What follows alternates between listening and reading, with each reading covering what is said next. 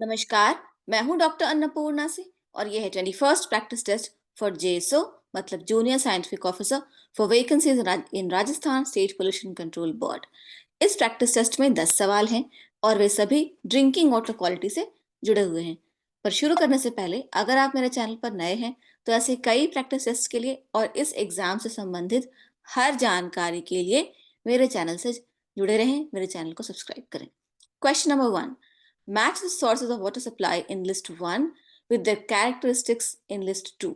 तो लिस्ट 1 में है वाटर सप्लाई के सोर्सेस, जो कि है ground water, lake water near the bottom of the lake मतलब लेक के तली में जो पानी होता है वो, वाटर इन अ रिवर कनाल मतलब कि नहर में जो पानी होता है, या फ्लड वाटर बाढ़ का पानी। और लिस्ट 2 में है कैरेक्टरिस्टिक्स हैं low DO and colour, CO2 and hardness, low organic content, sediments and microbes, water having high turbidity। तो ग्राउंड वाटर की कैरेक्टरिस्टिक्स हम सब जानते हैं कि होता है कार्बन डाइऑक्साइड उसमें होता है, और हार्डनेस ये ग्राउंड वाटर में ज्यादा होता है। ग्राउंड वाटर में इनफैक्ट सरफेस वाटर के मुकाबले कई गुना ज्यादा कार्बन डाइऑक्साइड होता है। ठीक है, तो ए को हम मिलाएंगे 2 से। तो ये एक ऑप्शन है, ऑप्शन ए, जिसमें कि ए 2 से मैच्ड है, तो यही सही है, बाकी किसी में ए 2 से मैच नहीं है। तो ये ऑप्शन सही है। इसमें बी को कहाँ से, lake water near the bottom of the lake, B को मिलाया है 1 से, मतलब लो डीओ एंड कलर। तो जाहिर है जो जो किसी भी लेक के एकदम तले में जो पानी होता है वो एटमॉस्फेयर से मिक्स नहीं हो रहा होता है, तो उसका डीओ कम होता है, उसमें कलर भी होता है क्योंकि वो सेडिमेंट्स का कलर उसमें आता है। तो बी 1 से मिला है, वो भी सही है। वाटर इन अ रिवर कनाल, सी को मिलाया है 3 से, मतलब लो ऑर्गेनिक कंटेंट। तो जो नहर में पानी होता है, क्योंकि नहर का जो पानी होता है वो सॉइल से डायरेक्ट कांटेक्ट में नहीं होता, वो तो सीमेंटेड नहर होती है और उससे पानी लिया जाता है, तो उसमें ऑर्गेनिक कंटेंट कम होता है। और फ्लड वाटर की कैरेक्टरिस्टिक्स हम सब जानते हैं, वाटर हैविंग हाई टर्बिडिटी, तो डी का 5 से। तो ए इज द करेक्ट ऑप्शन। ठीक है। Question 2, chlorination of water reduces all of the following except. तो क्लोरिनेशन जब पानी में होता है तो उससे सब कुछ घटता है एक्सेप्ट बीओडी घटता है, बायोकेमिकल ऑक्सीजन डिमांड, क्योंकि क्लोरीन से जो है ऑर्गेनिक मैटर के साथ रिएक्ट करता है, और अमोनिया कंटेंट भी घटता है अगेन। ठीक है, क्योंकि वाटर, क्योंकि जो डिकम्पोजिशन होता है क्लोरीन से वो रुक जाता है, क्योंकि माइक्रोब्स मरते हैं तो वाटर का डिकम्पोजिशन रुक जाता है, तो अमोनिया कंटेंट, बीओडी, ये सब कुछ घटेगा। केमिकल ऑक्सीजन डिमांड भी घटेगा, लेकिन डीओ डिजॉल्व ऑक्सीजन नहीं घटेगा। ठीक है, क्योंकि कोई माइक्रोबियल एक्टिविटी नहीं होगी, क्लोरिनेशन आपने पानी का कर दिया, माइक्रोबियल एक्टिविटी बंद हो गई, तो डिजॉल्व ऑक्सीजन जो है माइक्रोब्स तो है ही नहीं, तो यूज ही नहीं करेंगे, तो डीओ नहीं घटता है। ठीक है, so DO is the only thing which is not reduced due to addition of chlorine. D is the correct answer. ठीक है। Question 3, which of the following compounds is used to reduce excessive chlorine from drinking water? कभी कभी drinking water में हम chlorination करते हैं और chlorine ज्यादा हो जाता है अगर, तो सप्लाई से पहले हम उस क्लोरीन की कंटेंट को रिड्यूस कर देते हैं। तो कितना रिड्यूस करना, तो उस रिड्यूस करने के लिए कौन सा केमिकल इस्तेमाल होता है? Sodium chloride? नहीं, क्योंकि सोडियम क्लोराइड से तो क्लोरीन और ऐड होगा, सोडियम प्लस क्लोरीन। ठीक है, अमोनियम थायोसल्फेट, सोडियम थायोसल्फेट, या सोडियम बाइकार्बोनेट। सही उत्तर है sodium thiosulphate, answer is C. ठीक है। Question number 4, salinity reduction of water is achieved via, कि पानी में जो सैलिनिटी होता है, जो भी सॉल्ट्स होते हैं, उसको कम करने के लिए क्या तरीका अपनाया जाता है? Reverse osmosis, filtration, electrodialysis, coagulation and flocculation. तो कोगुलेशन एंड फ्लोकुलेशन जो है वो पानी में सस्पेंडेड सॉलिड्स को हटाने के लिए इस्तेमाल होता है। कई बार पानी में सैंड या सिल्ट या सेडिमेंट्स हो सकते हैं, ये सस्पेंडेड सॉलिड में कुछ सॉल्ट भी हो सकता है, अगर सस्पेंडेड है फॉर्म में वो है तो उसको हटाने के लिए इस्तेमाल होता है, पर उससे सैलिनिटी कोई खास रिड्यूस नहीं होती है। और फिल्ट्रेशन भी सस्पेंडेड सॉलिड को फिल्टर आउट कर देता है, तो उससे भी सस्पेंडेड सॉलिड हटता है, लेकिन उससे भी सैलिनिटी रिड्यूस नहीं होती है। सैलिनिटी क्योंकि एक डिजॉल्व फॉर्म में होता है, सैलिनिटी कभी सस्पेंडेड फॉर्म में उतना नहीं होता है, वो मोस्टली डिजॉल्व फॉर्म में होता है, तो उसको हटाने के लिए रिवर्स ऑस्मोसिस और इलेक्ट्रोडायलिसिस का इस्तेमाल करते हैं। तो सही उत्तर इसका होगा A and C. Reverse osmosis and electrodialysis is used to achieve salinity reduction of water. Question 5. Which of the following statements is true? The detention time of a sedimentation tank is usually more than the flow through period.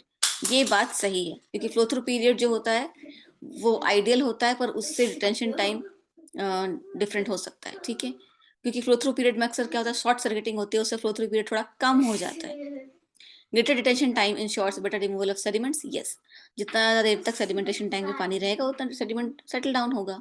C, it is determined by placing a ball at the inlet of the tank and calculating the time needed for the ball to reach the outlet of the tank। ये भी सही है। So all of the correct, all of the above correct. ठीक है। Question 6.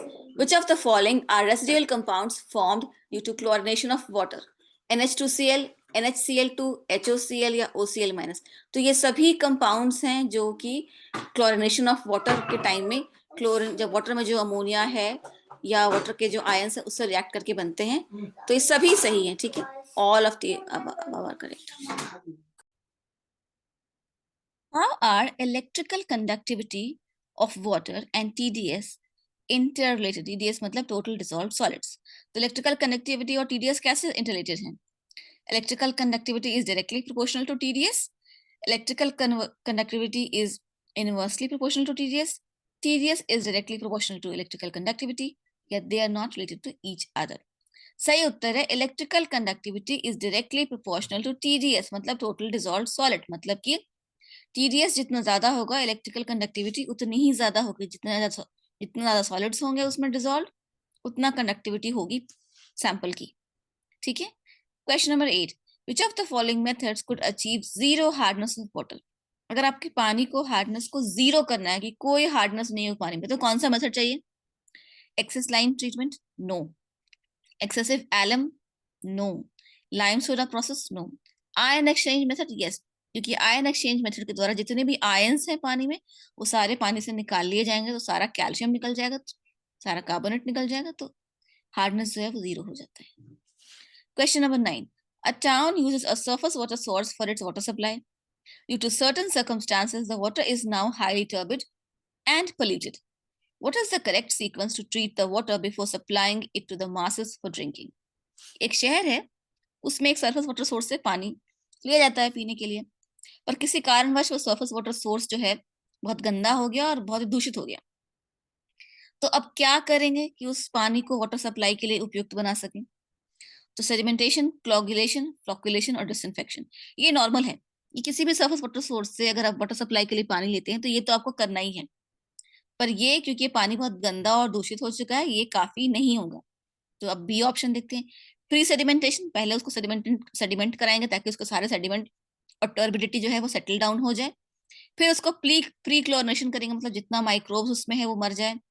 उसके बाद फिर उसको क्लोगुलेशन, फ्लैकुलेशन, सेडिमेंट करेंगे ताकि उसको फ्लॉक्स फॉर्म्ड हो।